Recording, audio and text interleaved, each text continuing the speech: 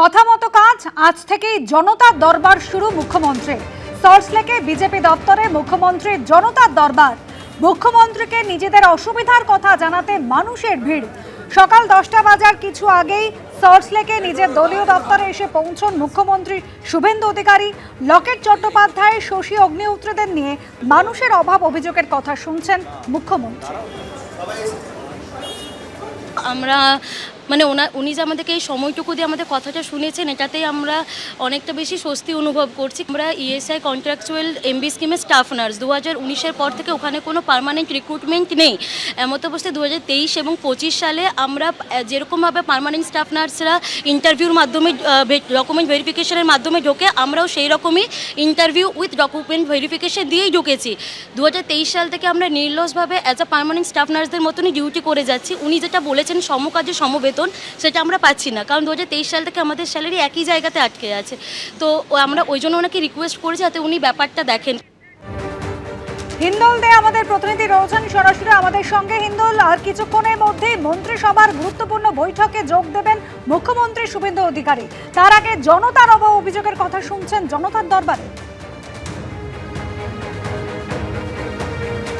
একেবারেই কথা অনুযায়ী কাজ। মুখ্যমন্ত্রী শুভেন্দু অধিকারী তিনি কিন্তু সল্টলেকের যে অফিস রয়েছে সেখানে কিন্তু জনতার দরবারে হাজির হয়েছেন এবং তার সঙ্গে রয়েছেন নেত্রী লকেট চট্টোপাধ্যায় এবং শশী অগ্নিহোত্রী। তাদের দুজনকে সঙ্গে নিয়েই কিন্তু জনতার দরবার শুরু করেছেন মুখ্যমন্ত্রী শুভেন্দু অধিকারী। ইতিমধ্যেই সেই অফিসে কিন্তু একাধিক মানুষের ভিড়। প্রচুর মানুষ তাদের অভাব অভিযোগ নিয়ে এসেছেন, যেগুলো তারা ব্যক্ত করতে পারছিলেন না। পূর্বের যে সরকার, সেই সরকারে যেগুলো সমাধান হয়নি, সেই একাধিক যে সমস্যা, সেই সমস্যার যাতে সমাধান হয়, সেই কারণে নতুন যে সরকার গঠন হয়েছে বিজেপি সরকার, সেই সরকারের মুখ্যমন্ত্রী শুভেন্দু অধিকারীর কাছে তারা তা ব্যক্ত করছেন। তুমি দেখাবো, অভিজিৎ দাসকে বলবো দেখাতে। ঠিক এখান থেকেই একে একে যারা এসছেন দেখা করতে, তারা কিন্তু ওপরে যাচ্ছেন, যেখানে কিন্তু সেই দরবার বসেছে, যে দরবারে মুখ্যমন্ত্রী ছাড়াও লকেট চট্টোপাধ্যায় এবং শশী অগ্নিহোত্রী তারা রয়েছেন। তারা কিন্তু সমস্ত অভাব অভিযোগ ব্যক্ত করছেন এবং সেগুলো কিভাবে সমাধান করা যায়, কোন দফতরে পাঠিয়ে সেটা সমাধান, সমস্ত বিষয়ে কিন্তু মুখ্যমন্ত্রী সরাসরি সেই অভিযোগ করতে আসা মানুষজনকে বুঝিয়ে দিচ্ছেন এবং কি কি পদক্ষেপ নিতে হবে সেটাও কিন্তু তিনি বলে দিচ্ছেন। সঙ্গে তার সহকারী হিসাবে রয়েছেন লকেট চট্টোপাধ্যায় এবং শশী অগ্নিহোত্রীও। গোটা পরিস্থিতিতে জনতার দরবার, এই জনতার দরবার সামনে রাখার একটাই কারণ, এবং সোমবার থেকে তিনি সেটা শুরু করবেন বলেছিলেন। কেননা বহু মানুষের বহু অভিযোগ রয়েছে, বহু সমাধান দীর্ঘদিন হয়নি।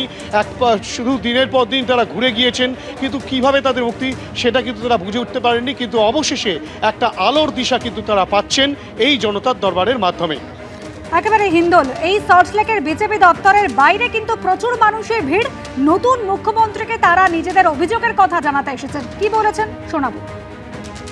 স্যার কিছু ভাববেন বা আমাদের পজিটিভলি আমরা কিছু আশা রাখছি, আমরা খুবই আশা রাখছি যে আমরা সেই সুযোগটা নিশ্চয়ই। এর আগে কোনোদিনও বলতে সুযোগ পেয়েছেন যে সরাসরি মুখ্যমন্ত্রী? আমরা চেষ্টা করেছি অনেক জায়গায়, কিন্তু সেই সদুত্তর আমরা কোথাও থেকে পাইনি বলে আমরা আজকে এখানে এসেছি। এবার আমরা আশা রাখছি, খুবই আশা রাখছি, আমরা খুব ভালো লাগছে এখানে আসতে পেরে, বলতে পেরে, আমাদের কথাটা জানাতে পেরে।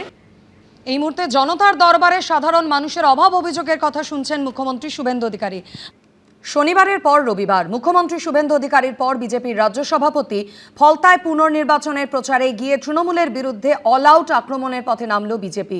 নাম না করে অভিষেক বন্দ্যোপাধ্যায়কে নিশানা করলেন শ্রমিক ভট্টাচার্য।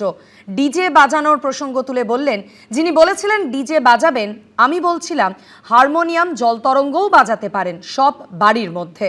তার কটাক্ষ, যারা বিশু ছিলেন তারা এখন শিশু হয়ে গেছেন।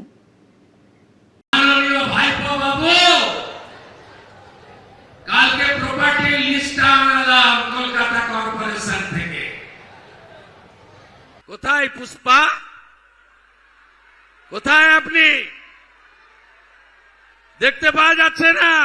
পুলিশ নেই তাই নেতা নেই, কনভয় নেই তাই হুঙ্কার নেই। আমরা তো বলছি আপনি আসুন, প্রচার করুন ফলতায়। 21শে মে বৃহস্পতিবার দক্ষিণ 24 পরগনার ফলতা বিধানসভায় পুনর্নির্বাচন। তার আগে তৃণমূলকে অল আউট আক্রমণে নামল বিজেপি। শনিবার ফলতায় প্রচারে গিয়ে নাম না করে অভিষেক বন্দ্যোপাধ্যায় এবং তৃণমূলের প্রার্থী জাহাঙ্গীর খানকে আক্রমণ করেছিলেন মুখ্যমন্ত্রী শুভেন্দু অধিকারী। আর রবিবার ফলতার ফতেপুরের সভা থেকে নাম না করে ডায়মন্ড হারবারের তৃণমূল সাংসদকে নিশানা করলেন বিজেপির রাজ্য সভাপতি। এর আগে ভোটের প্রচারে তৃণমূলের সর্বভারতীয় সাধারণ সম্পাদক অভিষেক বন্দ্যোপাধ্যায়ের গলায় শোনা গিয়েছিল ডিজে বাজানোর কথা। বদলা হবে, বদলা হবে, বদলা হবে। আমি কথা দিয়ে যাচ্ছি, এবার ডিজে বাজবে 4 তারিখের পর। এদিনের সভায় সেই প্রসঙ্গ তোলেন বিজেপির রাজ্য সভাপতি। যিনি বলেছিলেন ডিজে বাজাবেন, আমি বলছিলাম হারমোনিয়াম, জল তরঙ্গও বাজাতে পারে, সব বাড়ির মধ্যে। যারা লড়াই করবেন বলছিলেন তারা বাড়িতে এখন শ্যাডো প্র্যাকটিস করছেন, শ্যাডো প্র্যাকটিস। যারা বিশু ছিলেন ওরা এখন শিশু হয়ে গেছে, আর পথ নেই। ভোটের আগে অভিষেক বন্দ্যোপাধ্যায়ের গলায় শোনা গিয়েছিল হুঁশিয়ারি। যারা আমাদেরকে এসে ধমকাচ্ছে, বাংলার মাটিতে এসে বাঙালিকে চমকাচ্ছে, উল্টা করকে লটকা দেগা, আমি বলবো যে সৎসাহস থাকলে 4 তারিখ বাংলায় থাকবেন, বেলা 12টার পর কথা হবে, দেখা হবে। কে কাকে উল্টো করে টাঙায় বাংলার মানুষ দেখিয়ে দেবে 4 তারিখ। এদিন তা নিয়েও মুখ খোলেন শ্রমিক ভট্টাচার্য।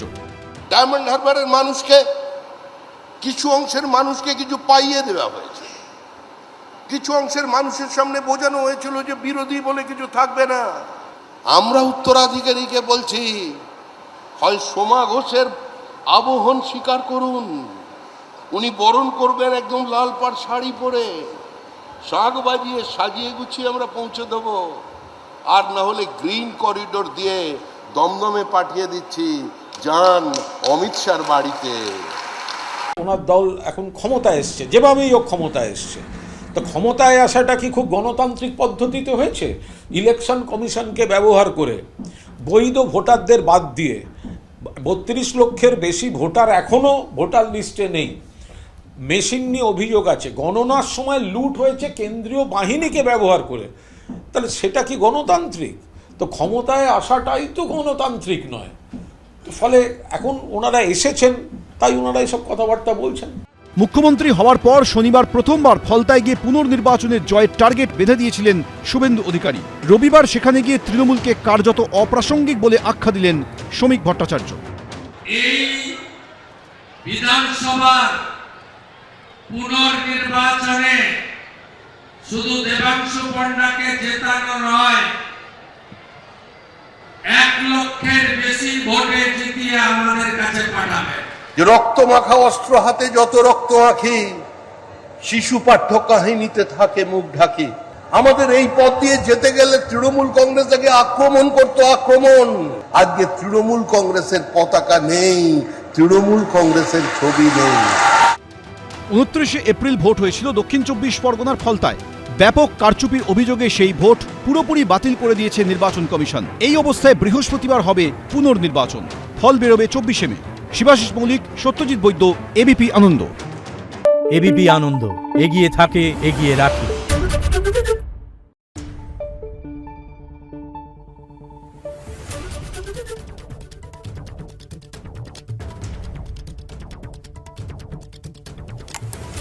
Thank you.